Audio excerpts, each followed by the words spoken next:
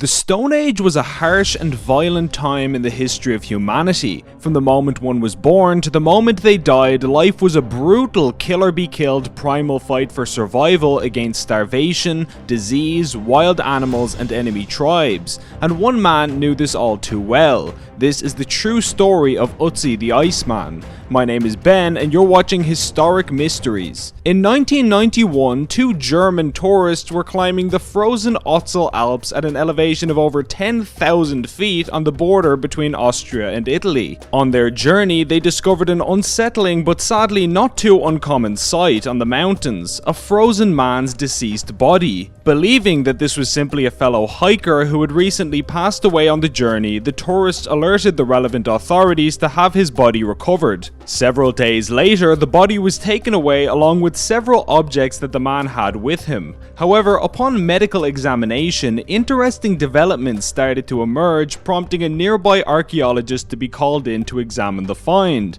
Upon further inspection, the archaeologist dated the body to be at least 4,000 years old, based on the design of a stone axe recovered in the dead man's possession. After analyzing tissue samples, scientists concluded that this man had lived around 5,300 years ago, or roughly 4,000 years BC, somewhere between the end of the Stone Age and the start of the Bronze Age. They named him Ötzi after the Ötzi Alps where he was found. For a sense of scale of just how ancient this man was, when Ötzi was alive, Stonehenge would not be built for another 500 years or so. The pyramids of Giza wouldn't be built for another 450 years. And even ancient figures like Gilgamesh would not be born for another 200 years. This man predated almost everything that we think of as old today. The Roman Empire to this guy would have been a far-flung futuristic Star Trek civilization beyond his wildest comprehension.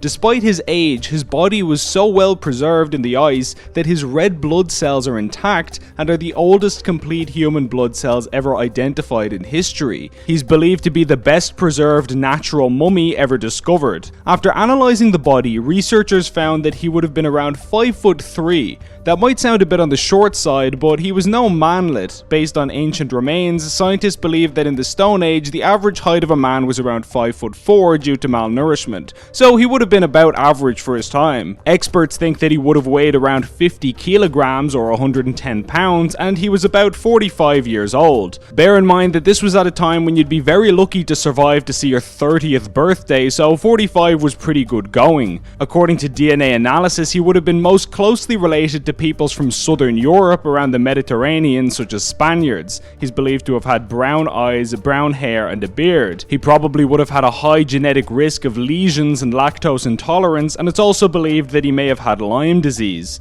More remarkably, according to a 2013 investigation, at least 19 Austrian men alive today from the Alpine region of Tyrol are directly related to Ötzi, which is pretty amazing. Imagine looking at your own relative from over 5,000 years ago. After analysing pollen and dust grains on his clothing, as well as his tooth enamel, scientists believe that he spent his childhood near a village in northern Italy and later went to live in the valleys around 50 kilometers or 31 miles north of his homeland. Inside his stomach, they found that he had eaten ibex meat less than 2 hours before his death, as well as wheat grains, herbs, and possibly dairy. It's actually believed that his diet was remarkably well balanced and would have contained all the main macronutrients that the human body requires. He wore a cloak made of woven grass, shoes and leggings made of leather and animal skins, as well as sheep's wool. He had a bearskin cap with a leather chin strap, and his leather shoes appear to be waterproof and designed for walking across snow and ice. They are made from part bearskin, part deer hide, and also tree bark. In addition, he had soft grass inside his shoe, which functioned like modern socks. He had a pouch containing useful items like flint and dried tinder fungus, which could be lit on fire and used as kindling. He had with him a copper axe and a stone knife, each with a wooden handle. He also carried 14 flint-tipped arrows in a quiver with a longbow. His axe head was composed of 99.7% pure copper, and due to traces of copper and arsenic particles in his hair, scientists speculate that he may have been involved in copper smelting. In addition to this, he had various berries stored away, and some mushrooms which are known to expel parasites from the human body. It's believed that these were possibly for medicinal purposes resources, and he likely would have needed them as he apparently had whipworm, a type of intestinal parasite. Of the fingernails which have survived, one of them shows several ridges called Bowes lines, which indicates that he experienced severe sickness or malnourishment 3 times in the months before he passed away. His teeth were severely damaged by cavities and several of his ribs are cracked. It's unclear if this cracking occurred before his death or after due to the ice weighing down on his body. He had a total of 61 black tattoos of lines all over his body, although it's unclear what their exact purpose is. So how exactly did Ötzi die? Well, while we don't know for certain, we have some evidence which may help clarify the situation. This is what you might call a cold case, literally.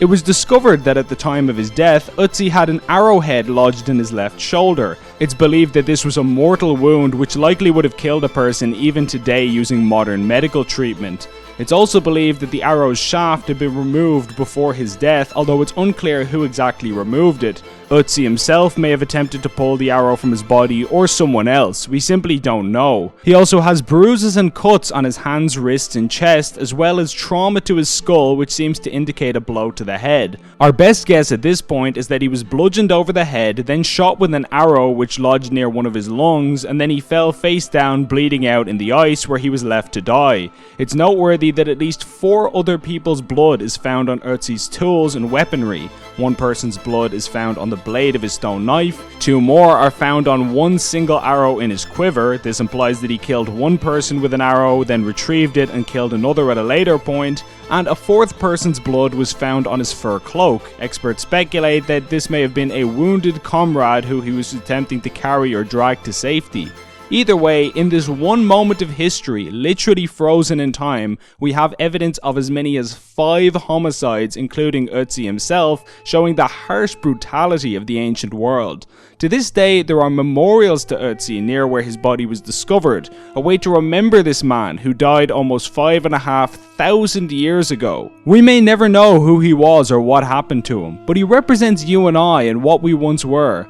Ötzi represents a stark reminder of the savagery of the ancient world and how far mankind has come on our species' long journey through space and time. If you enjoyed this, please be sure to share it with your friends and follow us on all social media sites. Check us out at Historic Mysteries for more fascinating historical content like this. As always, thanks for watching.